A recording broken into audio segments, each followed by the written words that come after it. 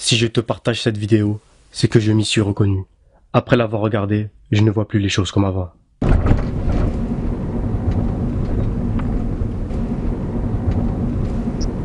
On est dans une situation critique, ya Ikhwan.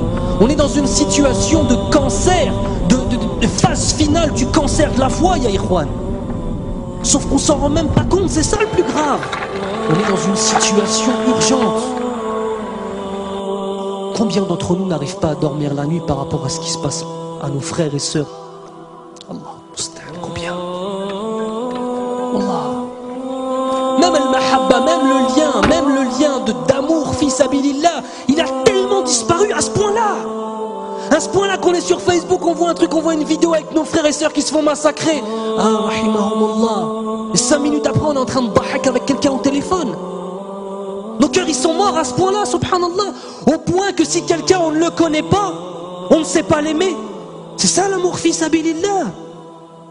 Aimer pour Allah, c'est réussir à aimer quelqu'un que tu n'as jamais vu de ta vie, Yahri. Parce qu'il a une foi qu'il partage avec toi, qui est la chose la plus importante. Est-ce qu'on pense, ne serait-ce que dans nos doigts, à faire des doigts pour nos frères et sœurs à travers le monde? Partout. Est-ce que quand on voit ce qui se passe, nos cœurs ils se retournent?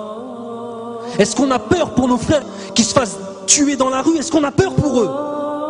Est-ce que quand tu vas rentrer, est-ce que quand je vais rentrer chez moi avec ta femme, elle va voir ton visage, elle va dire qu'est-ce que t'as, ya Habibi? Qu'est-ce qui se passe? Tellement ça va se voir sur nos visages. Quand tout ça, c'est notre relation avec Allah Azza wa Jal qui n'est pas assez forte, ni plus ni moins. Ni plus ni moins que ça.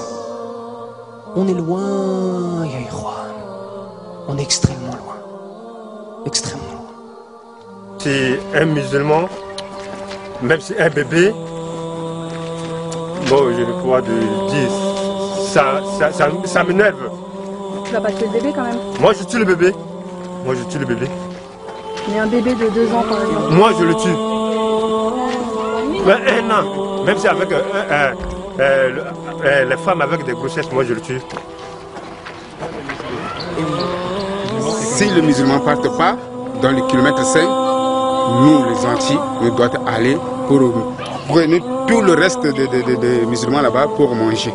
Parce que le musulman c'est bon pour manger. Parce qu'il avait beaucoup de têtes, donc il faut manger comme ça. Bon.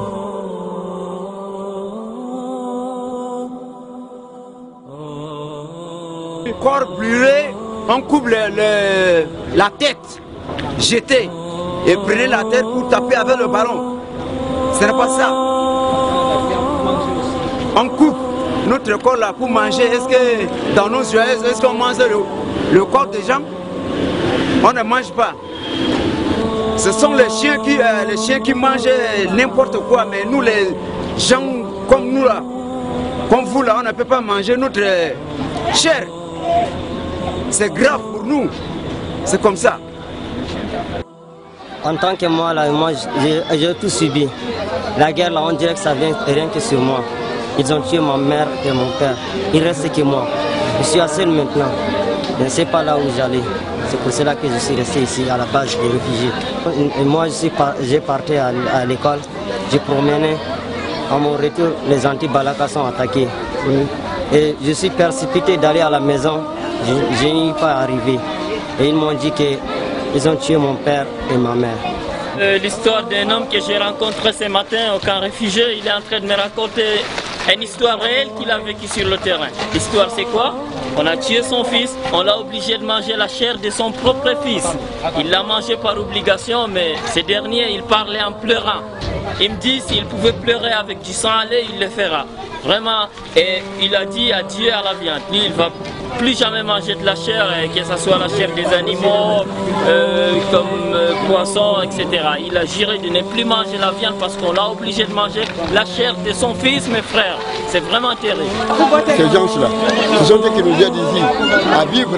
Sans eux, on serait déjà morts. Parce que les vivres ils nous amènent des vivres chaque fois. Nous mangeons grâce à eux une fois par jour. Mais ça ne nous dérange pas. L'essentiel c'est de vivre. Mais seulement, nous remercions beaucoup l'opinion internationale ainsi que les bienfaiteurs.